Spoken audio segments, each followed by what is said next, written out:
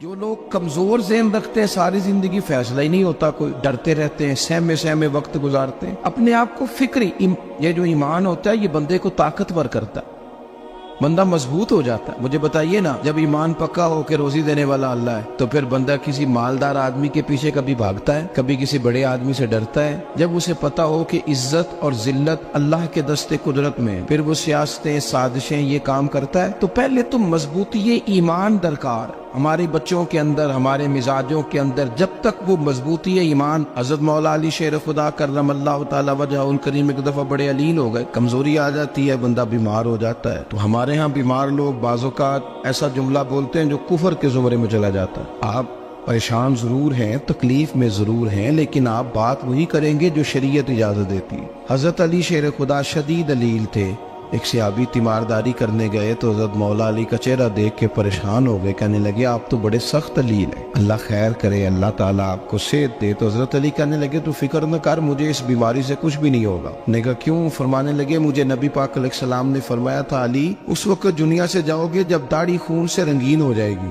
تو اس کا مطلب ہے میں خنجر کے وار کے ساتھ شہید کیا جاؤں گا، میں بیماری سے دنیا میں نہیں جاؤں گا، میں یہ بیماری سے مجھے کچھ بھی نہیں ہوگا، اللہ مجھے شفا دے دے گا، چونکہ حضور نے فرمایا کہ ساڈے نبی دی زبان ساڈے واسطے قرآن۔ تو سب سے پہلے تو اپنے ایمان کے اندر، توکل کے اندر مضبوطی پیدا کریں۔ مسلمان دیکھو نا، نماز پڑھنے سے روزی میں برکت ہوتی ہے، تو پھر اس کا مطلب یہ ہے کہ جب ٹائم آئے نا نماز کا تو گاہک جتنے مرضی کھڑے ہوں پھر دکان بند کرنی چاہیے، پھر نماز پڑھنی چاہیے، کیونکہ روزی تو اللہ نے دینی ہے، گاہکوں نے تو دینی۔ تو سب سے پہلے ضروری ہے مضبوطی ایمان، توکل، اللہ کی ذات پر بھروسہ۔ آپ کبھی میدان کربلا کا پورا نقشہ اپنے سامنے رکھیں نا، دو چیزیں ہیں، امام حسین کو نظر آ رہا ہے اب شہادت ہو جائے گی، اتنی بڑی فوج آئی ہے، خدا کی حکمت کے تقاضے سمجھ میں آ رہے ہیں، حالات کیا ہوں گے سمجھ آ رہی، پر ایک لمحے کے لیے بھی ان کا توکل کمزور نہیں ہوا۔ اپنے رب پر جو مضبوط بھروسہ ہے، سیدہ طیبہ طاہرہ حضرت فاطمہ الزہرا رضی اللہ تعالیٰ عنہا اونٹ کے بالوں کی بنی ہوئی چادر اوڑھ کر چکی پیس رہی تھی۔ یہاں بیویاں بڑا روتی ہیں، غریبی بڑی ہے، بڑی غریب بھی ہے، حالانکہ اب کون بندہ پیبند والے کپڑے پہنتا ہے جی؟ اب تو بڑی مشکل سے وہ لوگ ملتے ہیں جو جوتا ٹوٹ جائے تو گانٹھ کے پہنے، ورنہ تو نئے جوتے آ جاتے ہیں۔ حضرت سیدہ پاک اونٹ کے بالوں کی بنی ہوئی چادر اوڑھ کے چکی پیس رہی تھی۔ نبی پاک صلی اللہ علیہ وسلم نے دیکھا، آنکھوں میں آنسو ضرور آئے، پر محبوب نے فرمایا فاطمہ دنیا میں تھوڑی سی تکلیف برداشت کرو، قیامت کی ساری عزت اللہ آپ کو ہی عطا فرمائے گا۔ تو توکل کی مضبوطی، اللہ کی ذات پر بھروسہ، اپنے رب کریم کے ساتھ امیدوں کا وابستہ کرنا، اس سے مضبوطی آئے۔ دوسرا فرمایا وَعَمِلُوا الصَّالِحَاتِ، بہترین عمل کیا جائے زندگی میں، نیک اعمال کیے جائے، وقت ضائع نہ کیا جائے، ہر وقت کوئی نہ کوئی کام بندہ کرتا رہے۔ یہاں بہت سارے لوگ ہیں جن کو لوگ نیک کہنا شروع کر دیتے ہیں نا، وہ سمجھ لیتے ہیں شاید ہم سچی مچی نیک ہیں۔ لوگ جو کہتے ہیں حضرت صاحب کی بلا، پیر صاحب کی بلا، میں یہ طالب علموں کو، دوستوں کو، بلکہ اپنے آپ کو بھی کئی دفعہ کہتا رہتا ہوں، اپنے آپ کو سمجھاتا ہوں کہ یہ لوگ تجھے کہہ رہے ہیں حضرت صاحب، یہ تو رات کو تو اپنے آپ سے پوچھنا، اپنے رب سے پوچھ، کبھی موقع ملے تو اپنی گریبان میں جھانک، غور کر کے تیری کیفیت کیا ہے، تنہائی میں تیرا دل اللہ سے جڑتا ہے کہ نہیں، عبادت میں دل لگتا ہے کہ نہیں، خدا کا خوف دل میں رہتا ہے کہ نہیں، غریب کی محبت، عزیزوں قربت والوں کا احساس طبیعت میں موجود رہتا ہے کہ نہیں۔ ویسے تو میرا مطلب ہے، لوگ کہہ دیتے ہیں حاجی صاحب آپ بڑے سخی ہیں، تو اس سے تو نہیں نا بندے نے سخی ہونا، سخی تو تب ہونا ہے جب اللہ کی بارگاہ میں مقبول ہوگا۔ اعمال صالحہ، نیک کام، اور وہ کرتا رہے بندہ، کوئی بھی کام اسے نیکی کا مل جائے نا۔ دیکھنا اپنا معیار ہر انسان نے بنایا ہوتا ہے کامیابی کا۔ کچھ لوگوں کا خیال یہ ہوتا ہے کہ بچے میرے پڑھ گئے، اپنی اپنی جگہ پہ سیٹ ہو گئے، میں اب بڑے سکون میں ہوں۔ کچھ کی رائے یہ ہوتی ہے کہ میں نے سب بچے بچیوں کا بیاہ کر دیا ہے، گھر میرا بن گیا ہے، اب میں بڑے آرام میں ہوں، قرار میں ہوں، سکون میں ہوں۔ تو اپنی اپنی رائے ہوتی ہے، لیکن حقیقت وہ ہے، اصل وہ ہے جسے اللہ کے قرآن نے بیان کیا۔ اللہ کریم نے فرمایا والعصر، اے محبوب علیہ السلام ہمیں آپ کے زمانہ مبارکہ کی قسم ہو، ان الانسان لفی خسر، فرمایا بے شک انسان خسارے میں، نقصان میں۔ اپنے تئیں کوئی دعویٰ کر لیتا ہے، آپ دیکھتے ہیں کہ بہت سارے لوگوں کے دعوے اپنے اپنے ہوتے ہیں نا۔ کسی بھی طالب علم سے آپ پوچھیں پیپر دے کے آئے تو پیپر کیسا ہوا ہے، تو کیا کہتا ہے؟ جب کینڈیڈیٹ الیکشن لڑتے ہیں تو رات کو جب وہ سوتے ہیں تو سارے جیت کے ہی سوتے ہیں، ان کو سب یہی کہتے ہیں کہ لوگ سارے تیرے ساتھ ہی ہیں. حالات یہ جتنے بادشاہ حکمران ہوتے ہیں ان کے بگڑنے کی بنیادی وجہ ہوتی ہے کہ یہ خوش فہمیوں میں مبتلا ہوتے ہیں. ہم میں سے بھی ڈھیر سارے لوگ ہیں جو خوش فہمیوں میں مبتلا ہیں. کچھ کہتے ہیں جناب ہماری نسبت بڑی تگڑی ہے. بھئی نسبت تو امام حسین سے تگڑی تو کسی کی نہیں نا. تو ساری رات نماز پڑھتے تھے, روزے رکھتے تھے, اللہ کو یاد کرتے تھے. آپ خالی نسبت پر بیٹھ کر عمل چھوڑ جائیں تو یہ کیسے ممکن ہے؟ تو اپنے اپنے تئیں لوگوں نے معیار کامیابی کے قائم کر لیے ہیں. اللہ فرماتا ہے کہ محبوب مجھے قسم ہو زمانے کی انسان نقصان میں. یہ دن بدن جو وقت گزار رہا ہے تو اس کا نقصان, اس کا خسارہ, اس کا گھاٹا بڑھتا جا رہا ہے روز نقصان میں. کتنا عمر کا حصہ لوگوں نے ضائع کر دیا. کتنے بہترین لوگ تھے لیکن روزی روٹی کے پیچھے وقت سارا برباد ہو گیا. یہ رزق حلال کے لیے دوڑ دھوپ ہو وہ تو بڑی بات, لیکن تکبر کے لیے اور خواہشات, بیجا خواہشات کی تکمیل کے لیے, ایک دوسرے سے آگے بڑھنے کے لیے بڑا وقت ضائع کیا لوگوں. اچھا کوئی بھی نہیں جیتا, خاندانوں میں بھی کوئی نہیں جیتا, برادریوں میں بھی کوئی نہیں جیتا, پر لڑائی ساری زندگی کی ہے. میں نے آگے گزرنا, میں نے آگے, حالانکہ کوئی کسی کو جیتنے دیتا ہی نہیں. اپنے اپنے تئیں لوگوں نے معیار قائم کیے کامیابی کے. اللہ فرماتے ہیں بے شک انسان نقصان میں ہے, لیکن جس میں 4 خوبیاں پائی جائیں اللہ کا قرآن کہتا ہے وہ بندہ کامیاب ہو. کون کون سی؟ الا الذین آمنوا. سب نقصان میں نہیں سوائے ان لوگوں کے جو ایمان لائے. سب سے پہلے کیا کرے؟ ایمان ہو اس کے پاس, مضبوط ایمان. وعملوا الصالحات, اور ایمان بھی لائے اور نیک کام بھی کرے. اور صرف نیک کام نہ کرے, وَتَوَاصَوْا بِالْحَقِّ, لوگوں کو حق بات کی نصیحت بھی کرے. اور ظاہر ہے سچ بولے گا, حق بولے گا تو بڑے لوگوں کے مفادات کو ٹھیس پہنچے گی, کچھ لوگوں کو تکلیف بھی ہوگی. تو اب جب تکلیف ہوگی تو پھر مصیبت بھی آئے گی. تو اگر حق بات کہنی ہے تو پھر کیا کرے؟ وَتَوَاصَوْا بِالصَّبْرِ, اور ایک دوسرے کو صبر کی بھی وصیت کرے. 4 چیزیں پائی جائیں, ایمان, اعمال صالحہ, حق کی نصیحت, اس رستے میں آنے والی تکلیف پر صبر. اگر یہ 4 چیزیں میسر آتی ہیں تو اللہ کا قرآن کہتا ہے بندہ کامیاب ہے. اور اگر یہ 4 چیزیں نہیں تو پھر کوئی بندہ جتنا مرضی دعویٰ کرے, جتنا مرضی شور کرے, جتنا مرضی اعلان کرے, وہ کامیاب ہو سکتا. سب سے پہلے تو اپنا ایمان پکا کرے. یہ جو کچی پکی باتیں کرتے ہیں نا لوگ, مسلمان جو ہوتا ہے نا, مسلمان وہ لاوارث نہیں ہوتا, وہ وارث والا ہوتا ہے. اس کا رب ہر وقت اپنی رحمت سے اس کی حفاظت کرتا ہے. مسلمان ہر وقت نبی پاک علیہ السلام کے نگاہ کرم میں رہتا ہے. اسے کمزور باتیں نہیں کرنی چاہیے کہ میرے کو پیچھے چڑھ گیا تو پتہ نہیں کیا ہو جائے گا, برادری مخالف ہو گئی تو پتہ نہیں کیا ہو جائے گا, سچ بول دوں گا تو لوگ پتہ نہیں مجھے مار دیں گے. ایسا ہو نہیں سکتا. چھری حضرت ابراہیم چلائے بھی نا تو حضرت اسماعیل کے حلق پہ چلنا اس نے تب بھی ہے جب اللہ حکم کرے گا. تو اللہ کی حکمت ہوگی, حکمت الہی ہوتی ہے تو کوئی کام ہوتا ہے, ورنہ ہوتا. تو اپنی طبیعت میں مضبوط ایمان, توکل, اللہ پہ بھروسہ, مضبوطی افکار کی, کچی باتیں نہیں. دیکھو نبی پاک صلی اللہ تعالی علیہ وسلم نے فرمایا نیکی کو کبھی حقیر نہیں سمجھنا, کبھی حقارت سے نہیں نیکی کرنی کہ یہ بڑی چھوٹی ہے تو میں اس کو کروں. اب فرمایا کبھی حقیر نہ سمجھنا, نیکی کا کام جو بھی ملے کر دینا. فرمایا اگر بھائی سے مسکرا کے ملو گے بنا تو اس پر بھی اللہ تمہیں صدقے کا ثواب عطا کرے گا.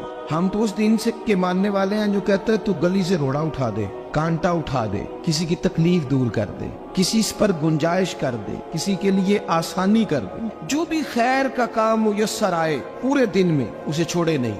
صبح گھر سے نکلے, وہ ایک صحابی تھے, غالباً تابعی تھے, تو بازار جاتے اپنے غلام کے ساتھ تو سارا بازار گھوم کے واپس آ گئے. خادم نے کہا جناب کو نہ کوئی خریدا نہ کچھ بیچا. تو آپ سارا بازار گھوم کے آ گئے. فرمانے لگے تیرا کیا خیال ہے؟ میں نے کچھ بھی نہیں کیا.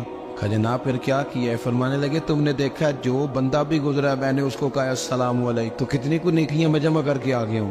کوئی خیر جو میسر آئے. ہم سمجھتے ہیں کہ شاید کو کروڑ کو روپیہ ہوگا تو پوری مسجد بناؤں گا تو پھر میں نے نیکی کر دی ہے. شاید جناب میں, حالانکہ یہ چھوٹے چھوٹے کام ہے نا, چھوٹے چھوٹے کام, ان کی تو زیادہ ضرورت ہوتی ہے, ان کی تو زیادہ حاجت ہوتی ہے. کوئی آپ رستے میں گزر رہے ہیں تو نیچے کوئی کھڈا بنا ہوا ہے تو اس پر ہم کیا کرتے ہیں, گاڑی میں بیٹھ کے تبصرہ کرتے ہیں اے روڈ کھورے کدو بننا ہے. بھئی یہ کھڈا ہے نا تو آپ نیچے اترے نا, تو آپ دھابڑا لیں نا, کئی پکڑے نا, یہ تو 5 منٹ کا کام ہے.